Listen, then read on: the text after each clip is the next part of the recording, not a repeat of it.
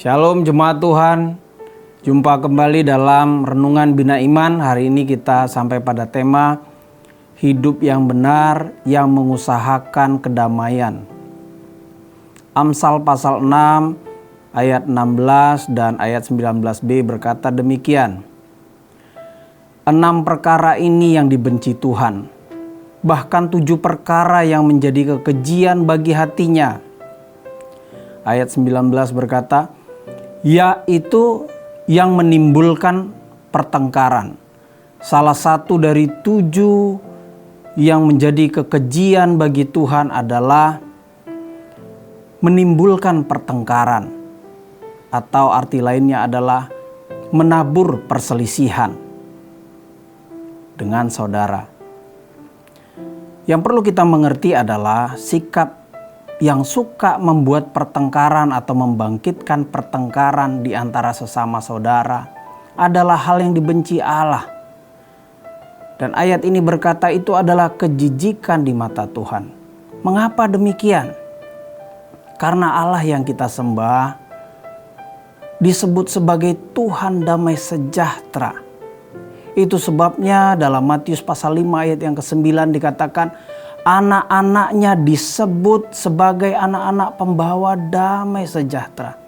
Jadi antara bapa dan anak ada kesamaan sikap, yaitu orang yang suka dengan damai sejahtera. Nah, yang perlu kita mengerti adalah kita harus hati-hati dengan segala hal yang dapat membuat kita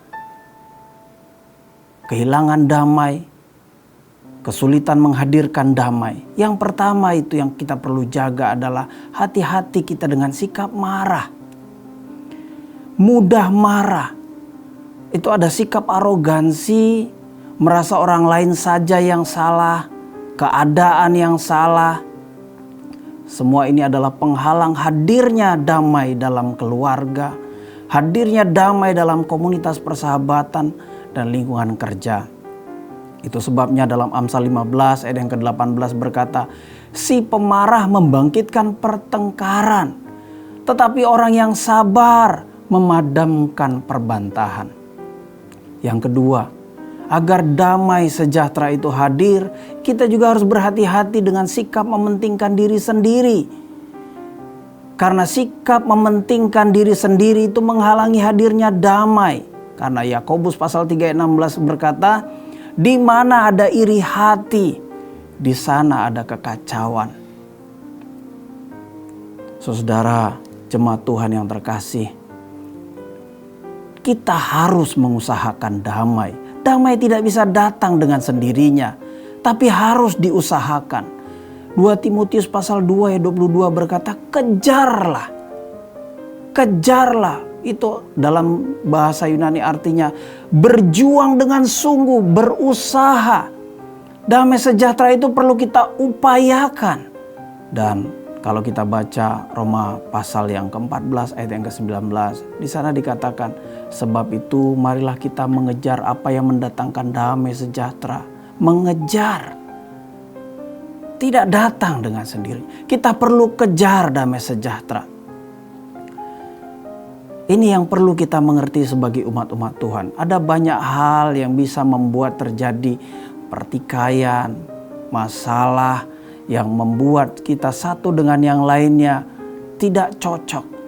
Tapi firman Tuhan berkata kepada kita supaya kita mengejar. Bahkan kalau kita baca ayat yang ke-20 dari Roma 14 itu Tuhan bilang celaka. Celaka orang yang membuat damai itu hilang. Dia disamakan dengan orang-orang yang melawan pekerjaan Allah.